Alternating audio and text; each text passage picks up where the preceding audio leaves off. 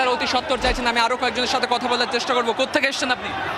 আমি পশ্চিম মেদিনীপুর থেকে এসেছি। এই যে শিক্ষক ছিলেন, হঠাৎ করে চাকরি চলে গেল, রাস্তায় নামতে হলো, হয়েছে তো এসএসসি আগে এই যে বছর এর জন্য দায়ী কে? তাই এসএসসি এসএসসি দায়ী। এবং তুমি দেখতে পাচ্ছ পরীক্ষা নিয়েছে এসএসসি, সুকান্ত মজুমদার পরীক্ষা নেয়নি, প্রধানমন্ত্রীও পরীক্ষা নেয়নি, পরীক্ষা এসএসসি নিয়েছে। এসএসসি সেটা আলাদা করুক, সেইটা আমরা চাই। এটাই দেখতে পাচ্ছ তুমি এই মুহূর্তে পরিস্থিতিটা। তারা বলছেন যে এসএসসি কাছে তারা এসএসসির কাছেই তারা পুরো দাবি পেশ করবেন এবং দাবি পেশ করে তারা বলছেন তাদের যোগ্যদের চাকরি তাদেরকে দিতে হবে এবং সেই চাকরির জন্য তারা কিন্তু লড়াই করছেন। তারা কিন্তু বলছেন যে তারা যোগ্য দাবিদার, সেই যোগ্য দাবিদারের জন্য কিন্তু তাদের লড়াই চলবে। এই মুহূর্তে কিন্তু চাকরি প্রার্থীরা চাকরিহারারা চলে এসেছেন এবং তারা বলছেন যে সুপ্রিম কোর্ট সোমবার পর্যন্ত সময় দিয়েছে। যোগ্য চাকরি প্রার্থীদের এটাই সুযোগ যে তারা যেন এসএসসির উপরে চাপ বাড়ায় এবং এসএসসির থেকে চাপ বাড়িয়ে ওএমআর শিট যোগ্য প্রার্থী এবং অযোগ্য প্রার্থীর তালিকা তারা যেন সুপ্রিম কোর্টে প্রকাশ করে, সেটা সুনিশ্চিত করে।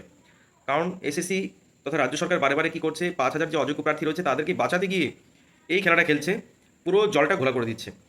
একমাত্র 5,000 অযোগ্য প্রার্থীদের বাঁচানোর জন্য 20,000 যোগ্য প্রার্থীদের বলি দিচ্ছে।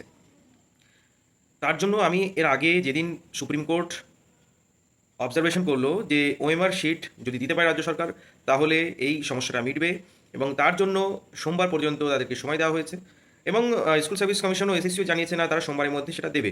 কিন্তু আমি সেদিনও বলেছিলাম যে এই জিনিসটাকে অ্যাসিউরিটির জন্য অবশ্যই একটা কিন্তু বড় আন্দোলন নামতে একটু চাপ দিতে হবে। এসএসসির স্কুল সার্ভিস কমিশনের অফিসের সামনে চলে এসেছেন, ব্যারিকেড ভেঙে, পুলিশও তাদের ঠেকাতে পারেনি, শেষ পর্যন্ত তারা সেখানে যেতে সক্ষম হয়েছেন এবং লাস্টে গিয়ে ভয়ে এসএসসির চেয়ারম্যান তাদেরকে আশ্বাস দিয়েছে না ওএমআর শিট যোগ্য প্রার্থী তালিকা এবং অযোগ্য প্রার্থী তালিকা আলাদা করা হবে। সমস্ত চাকরি প্রার্থীদের, যোগ্য চাকরি প্রার্থীদের একটাই দাবি যে প্রধানমন্ত্রী আমাদের চাকরি দেয়নি, না মুখ্যমন্ত্রী আমাদের চাকরি দিয়েছে এসএসসি এবং তার জবাবটাও এসএসসিকেই দিতে হবে। 5,000 চাকরি প্রার্থীকে গিয়ে ঘেরাও করতে হবে। আপনারা দেখুন আজকে শুক্রবার, হ্যাঁ আপনাদেরকে সবাইকে আশ্বাস দিয়েছি, খুব ভালো কথা, কিন্তু যদি কোনো রকমের কথাবার্তায় অসঙ্গতি দেখেন সবাই ভালো করে লক্ষ্য রাখুন, ভালো করে শুনে নিন। যদি কিছু অসঙ্গতি লক্ষ্য রাখেন তাহলে অবশ্যই আপনারা 5,000 চাকরি প্রার্থী হলে হবে না, 26,000 জন, 20,000 জন যে চাকরি প্রার্থী আছেন তারা সবাইকে এসএসসির অফিস ঘেরাও করুন এবং তাতে হয়তো ফল হবে। এবং সেটা না হলেও কালীঘাটে গিয়ে ঘেরাও করুন, কালীঘাটে গিয়ে ঘেরাও করুন, তাতে কাজ হবে। যে কাজটা আজকে হয়েছে, মানুষের ভেতরে যে ক্ষোভটা, সেই ক্ষোভটা কিন্তু আজকে দর্শক একদম ফেটে বেরিয়েছে।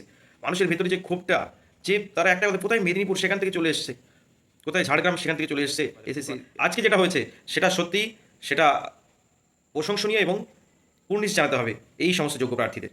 আমাদের নজর থাকবে এই খবরের উপরে, সঙ্গে থাকুন। নমস্কার।